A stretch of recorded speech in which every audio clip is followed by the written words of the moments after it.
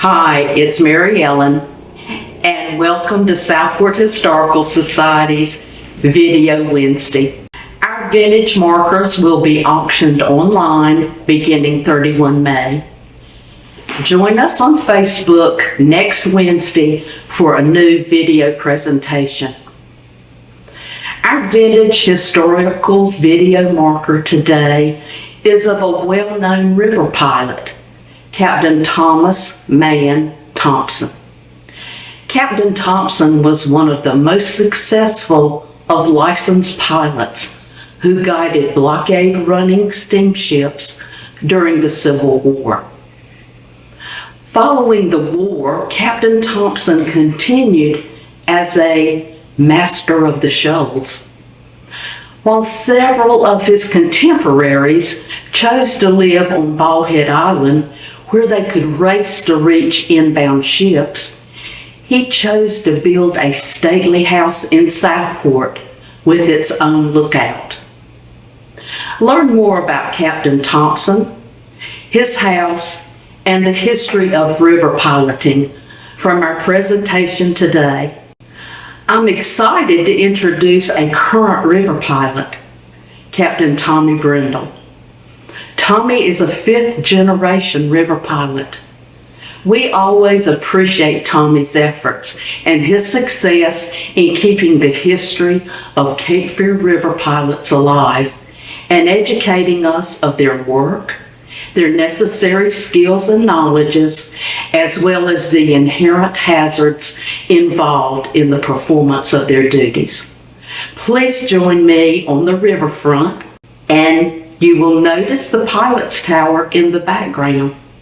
Enjoy Captain Tommy Brendle's presentation. The Cape Fear House, or the House with the Widow's Walk, as most locals know it, was built by Captain Thomas Mann Thompson, a predecessor of mine in the river pilot business. He built the house immediately following the Civil War with funds that he received while providing pilot service to the blockade runners during that conflict. The payments he received for his service there over 160 years ago are still today 2 times what we make for that type service.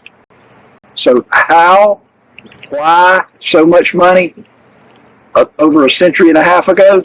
Today our job is simply to board commercial vessels calling on the Port of Wilmington and do our best to avoid the shallows or the shoals and avoid adverse weather that can wreck a ship. Captain Thompson had all of those elements plus, and more importantly, he had to avoid cannonball fire, mostly in the dark of night, from the Union blockading fleet that lay off the mouth of the Cape Fear River. The Union blockading fleet during the Civil War's purpose was to prevent Captain Thompson from moving the blockade runners from Wilmington and delivering cotton and tobacco to places like Nassau or Bermuda in return for war supplies, ammunition, food, and clothing back here to Wilmington. And another big reason that he made so much money for it was because, unlike today, he was forced to stay on board and go to the port of Nassau or Bermuda. Today, that same trip for us is 5 to 7 hours, and we have the luxury of disembarking at the Cape Fear Bar on our pilot boats and coming home.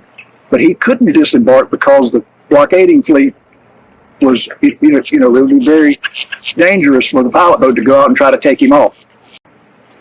Referring to his house in the Widow's Walk, like our tower here, the reason he built the viewing platform on top was for years after the war, he would continue his river piloting business in a much less stressful environment. And from the viewing platform, he could see over the barrier islands of Oak Island and Baldhead at possible customers lying offshore on anchor waiting for a pilot. And it was a strategic advantage to have the viewing platform so that he could ensure himself to be first to that ship to provide pilotage. Can you imagine the stories that Captain Thompson would have told after the war, sitting on that front porch? Stories of islands, treasure, gold, and fortune.